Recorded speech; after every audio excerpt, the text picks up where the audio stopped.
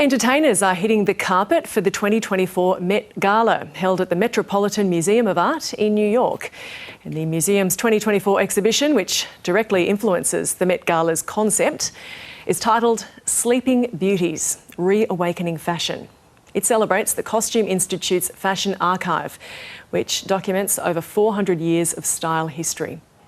The pieces featured in the exhibition are so fragile that they can't ever be worn again, hence their status as Sleeping Beauties. The main theme is about reawakening garments in the collection through the senses, so through smell, through touch conceptually, through hearing, because when a garment enters the Met's collection, all of those senses are compromised. It just becomes a lifeless work of art, so you can't appreciate it in the way that it's meant to be appreciated as a living art form. So the idea was really to resuscitate these garments and bring the sort of sensorial capacities back into them. Well, as for the red carpet, or actually the green carpet this year, the dress code Garden of Time aims to evoke the beauty of the natural world and its fragility. Channeling the botanic theme, the star-studded guest list is adorned with florals and ornate archival pieces. A few stars have even carried clocks and hourglasses on the carpet, further emphasising this theme.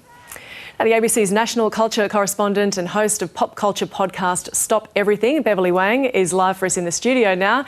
Bev, given this theme that we've got here and what we've been seeing on the carpet, what's been your reaction to this year? Oh, well, the Met Gala I think of as every Monday in May in New York City. It becomes Christmas, the Olympics of fashion, the Christmas of fashion, and as you can see, the arrivals are stunning, and a lot of people are, like you said, Gemma, taking the theme quite literally, carrying clocks and things like that.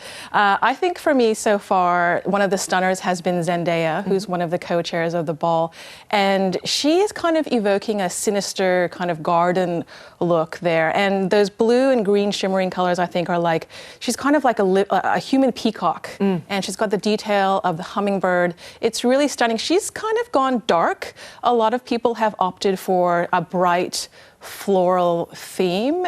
It's been an interesting year. You know, it's always interesting to see how celebrities either stick closely to the theme or else are just like, no, I just want to look glam. I'm going to wear the thing that looks good on me. Yeah. Now, you said Zendaya hosting this year. Who else is hosting the event? So the co-chairs are Zendaya, Jennifer Lopez, Bad Bunny, and Australian Chris Hemsworth. This is Chris Hemsworth's first time at the Met Gala, and he's joining as a co-chair. I think there is some funny chatter recorded of him going up the steps where he's asking his wife, Elsa Pataki, do we have to stop on every single step? And so he's a bit of a newbie. His outfit there, I think, look, if I'm going to be generous, I'm going to say that Chris Hemsworth there is channeling the Prince Charming in the Sleeping Beauty story. But other than that, I think he's an example of someone who's playing it a bit safe on the fashion front. I don't see a lot of Garden of Time, ode to nature situation happening there. It's a beige suit. It's a beige suit with a very, very open chest, yeah. I mean, he looks good, there's no doubt about it. But I mean, it goes to my next question. Can you get it wrong here? I mean, is it really, if you're just too boring or really don't fit the brief here? Well, yeah, I think so, because this is one of the most photographed events of the fashion calendar. And, you know, we love to see celebrities do the red carpet, but I think on an award season, it's glamorous, not that daring. Met is the time where you can be really fashion forward and push the boundaries. And in terms of, you know, being a celebrity and being elevated, if you nail a Met look, that photograph of you becomes iconic. People name that look year after year after year. It can really boost your, you know, your celebrity status if that's important to you. And so it can be a time to really establish yourself as a fashion forward kind of person or not.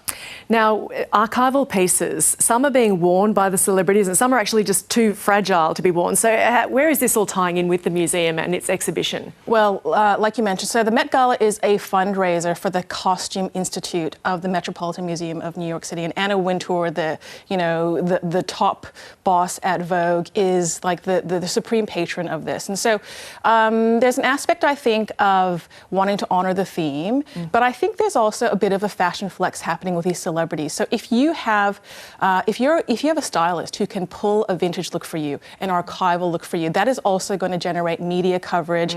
And also, look, let's face it, it's a bit of competitive fashion competition happening right now. That is going to put you it's just going to give you a bit more status than, say, you know, throwing on an old beige suit. Yeah. And speaking of status, Bev, are we seeing shape-shifting there in terms of who's being invited? It's, you know, it's not a cheap event to go to, but just with the new media and also it's been a secret event after they got off the red or green carpet, but that's slowly changing as well, right? Yeah, so there are a lot of rules around the Met Gala. So you do have to be invited, but then you have to pay. A ticket is $75,000 US to attend. Once you step into the Met Gala, you know, the steps, the arrival is hugely photographed.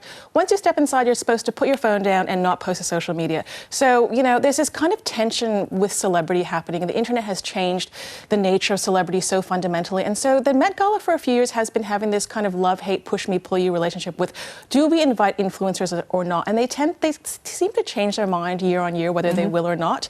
And I think it is such a tightly guarded A-list situation that I think what it exposes is like the hierarchy of celebrity and fame. And influencers may be very, very influential and command a huge following, but if you can't use your phone inside, how useful is it to be an influencer inside the Met Gala?